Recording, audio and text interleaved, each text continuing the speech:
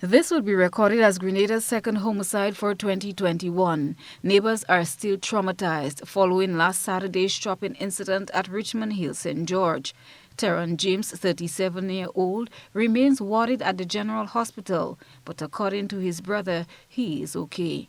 Yeah, no comment from looking at my brother there. He's alright. He's going through a lot of pain. But everything will work out good for him and wish for the best. Okay, going through actually, he say they told him like he might need to use one of his hand, but he say he moving the finger, so let's hope for the better. According to a police report, officers responded to a report of a chopping around 10 a.m. Upon arrival, they encountered the accused inflicting several chop wounds on another man. He's Teron James, he's 37 years of Monjelu, and he was chopped on his hand, both hands and on his face.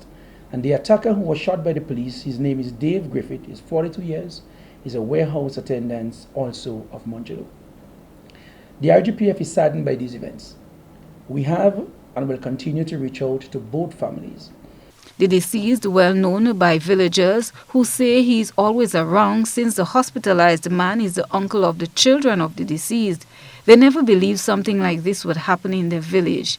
Neighbors recall the horrific incident. My man coming up with the cutlass, he jumped the ground, and then he entered the shop, and then I hear him run bawling, and his only blade I see going on. And then after he come out of the shop and he leaned back there, the police come, asked him to drop the weapon. He refused to drop the weapon, so the police didn't have no other choice to do his job. But he convinced him. He came with one cutlass. So when he come out of the shop now and run bawling, I bawling too because I looking for a lady, I can't run there. When he come out, I see him all in blood. So I say, well, yes, he chopped him up. And then I can't hear Ron's voice no more. So I brought in man around home to come and help him.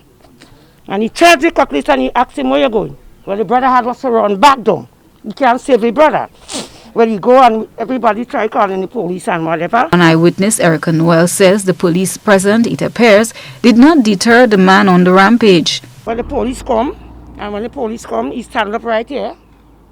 Where my son is there, with the cutlass, and when he see them coming now, and he tell them, back off. So, you know, all of us there here, we thinking, and then the police now send out the warning shot, he won't hear. And then when they get a chance to go in the shop, and they just had to do what they had us to do. It is still unclear what exactly led to the altercation between the two men. Grenada's first homicide was recorded on June 9, 2021, and resulted in Calvin Frank being charged for the murder of Lindy Skinner Moraine. Christelina John, GBN News.